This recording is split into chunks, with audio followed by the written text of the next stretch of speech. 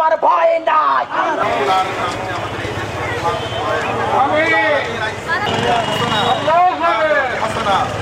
আজকে বাংলাদেশের আইন শৃঙ্খলা পরিস্থিতির যে অবস্থা, আমাদের সংশয় হচ্ছে যে বাংলাদেশে গতকালকে আগামী ত্রয়োদশ জাতীয় সংসদ নির্বাচনের যে তফসিল হয়েছে, তফসিল ঘোষণার পরপরেই বাংলাদেশের স্বৈরাচারী শক্তি, আমরা মনে করছি আগামী নির্বাচন বানচাল করার জন্যে বিভিন্নভাবে পায়তারা করে যাচ্ছে। কথা ঠিক কিনা বন্ধুগণ?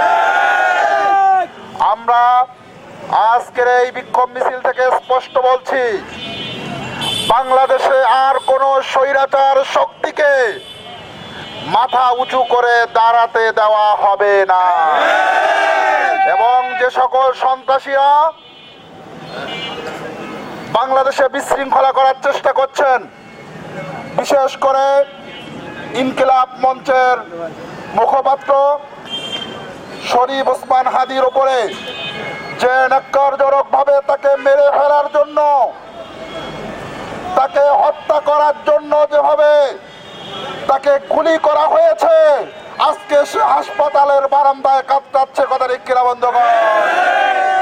আমরা নীলফামারীর মাটি থেকে, নীলফামারীবাসীর পক্ষ থেকে স্পষ্ট ঘোষণা করছি, যারা গুলি করেছে এবং এই ওসমান হাদির যদি কিছু হয় তাহলে সারা বাংলাদেশে আগুন জ্বলবে। কথা ঠিক কিনা?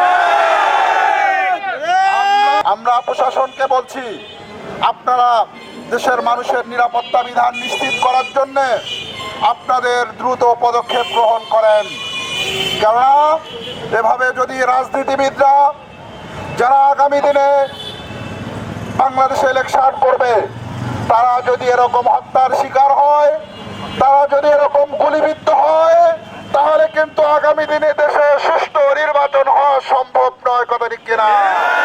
এবং প্রার্থীরা মানুষের দোরগোড়ায় যেতে পারবে না। এ কারণে আমি আমার আলোচনা লম্বা করতে চাই না।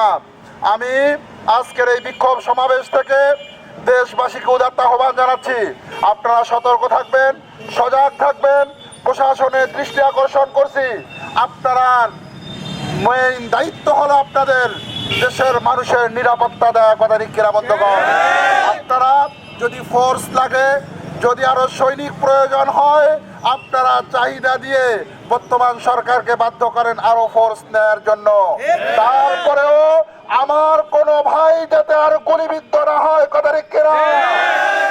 সংগ্রামী সহযোদ্ধা বন্ধুগণ, নীলফামারীবাসীকে উদাত্ত আহ্বান জানাচ্ছি, আগামীর যে নির্বাচন আসছে, এই নির্বাচনে আপনারা এমন একজন প্রার্থীকে নির্বাচিত করবেন যার মাধ্যমে আপনারা নিরাপত্তা বিধান বাস্তবায়ন করতে পারবেন। কথা ঠিক কিনা বন্ধুগণ?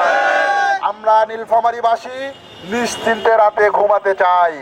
যদি আপনারা নিশ্চিন্তে রাতে ঘুমাতে চান, তাহলে সৎযোগ্য আমানতদার প্রার্থীকে নির্বাচিত করতে হবে। আগামী দিনে নীলফামারীতে সুন্দর সুষ্ঠু একটা নির্বাচন হবে এবং এই নির্বাচনের মাধ্যমে ভালো একজন জনপ্রতিনিধি সংসদে যাবে।